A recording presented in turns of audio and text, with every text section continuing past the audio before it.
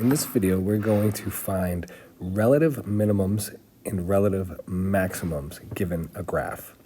So here you can see a function graphed that has an endpoint to the left and an endpoint to the right. Just going to circle both of those.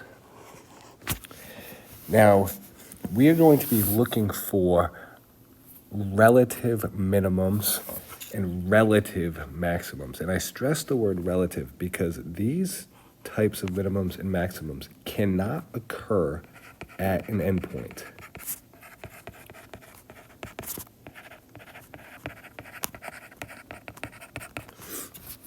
So we're going to travel that graph from the left, and you can see that this graph travels downward and then changes direction and starts to increase. The point where it changes direction is considered a relative minimum. Okay, it is, you could see based on the graph, that it is a bottom to the graph. So let me just write that in here. Relative minimum. Now we're going to travel the graph, and the graph is increasing from there, and it's increasing, and then it turns and starts to decrease. So this peak right there is going to be considered a relative maximum.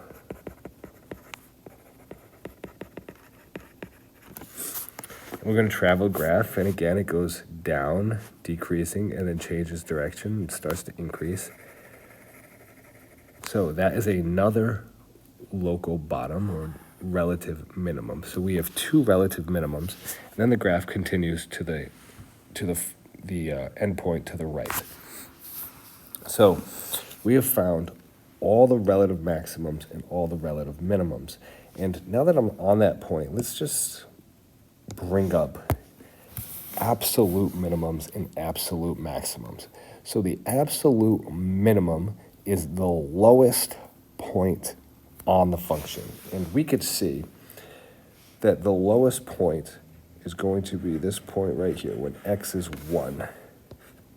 That is your absolute minimum. And the absolute maximum is the highest point on the function.